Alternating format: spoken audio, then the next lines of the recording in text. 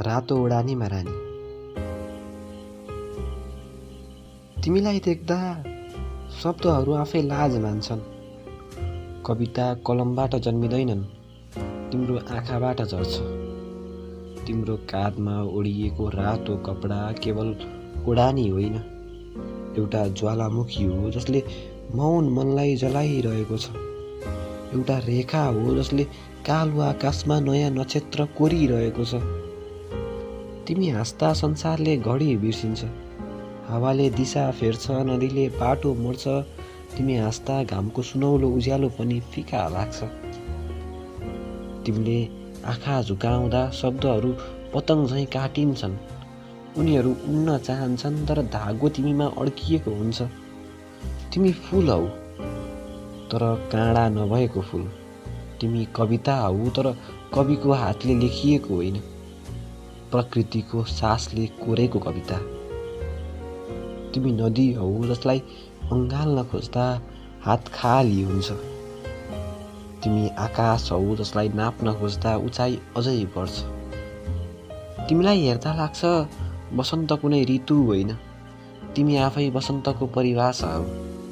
तिमीलाई पढ्दा लाग्छ शब्द कुनै भाषा होइन, तिमी आफै भाषाभित्र लुकेको मौनता हौ।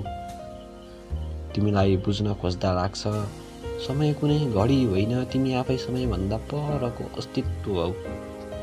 तिम्रा कपालका तन्तुहरू अँध्यारो रातका कलिहरू हुन्, जसमा चन्द्रमा पनि हराउँछ। तिम्रो ओठमा टल्किएको लाली बिहानीको पहिलो घाम हो, जसलाई देखेर गुलाब आफै शङ्का गर्छ कि सुगन्ध तिम्रो हो कि आफ्नो। तिमी आँखा झुकाउँछौ तर हजार अर्थहरू जन्मन्छन्। तिमी मौन हुन्छौ तर हजार आवाजहरू भन्छन्। तिमी उभिन्छौ तर समय थामिन्छ। तिमी हिँड्छौ तर पृथ्वी आफै थामिन्छ। तिमी केवल देखाइमा सुन्दरताको चित्र होइन, तिमी आत्माभित्रको लय हौ। रातो ओढानी तिम्रो लाजको पर्दा होइन, त्यो मेरो सपनाको ढोका हो। त्यो कपडामा केवल धागा छैनन्, मेरो आँखाले कोरेका पदहरू छन्, मेरो मुटुले लेखेका प्रार्थनाहरू छन्।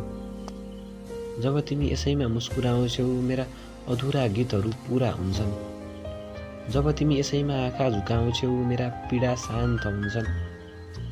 तिमीलाई समेट्न खोज्दा शब्दहरू फुट्छन्, तिमीलाई अँगाल्न खोज्दा समय टुक्रन्छन्। तिमीलाई बुझ्न खोज्दा म आफै हराउँछु, किनभने तिमी मान्छे मात्र होइन, तिमी कविता आफै हौ। तिमी यो अधुरो कविको पूर्णविराम हौ। तिमी सुस्केराभित्र लुकेको प्रार्थना हौ। रातो ओढानीमा चम्कने तिमी मेरो आत्माको गहिराइमा बस्ने अनन्त रूप तिमी। रातो ओढानीमा चम्कने तिमी मेरो आत्माको गहिराइमा बस्ने अनन्त रूप तिमी। मेरो अधुरो जीवनको एकमात्र रानी हौ तिमी। मेरो अधुरो जीवनको एकमात्र रानी हौ तिमी प्रिय।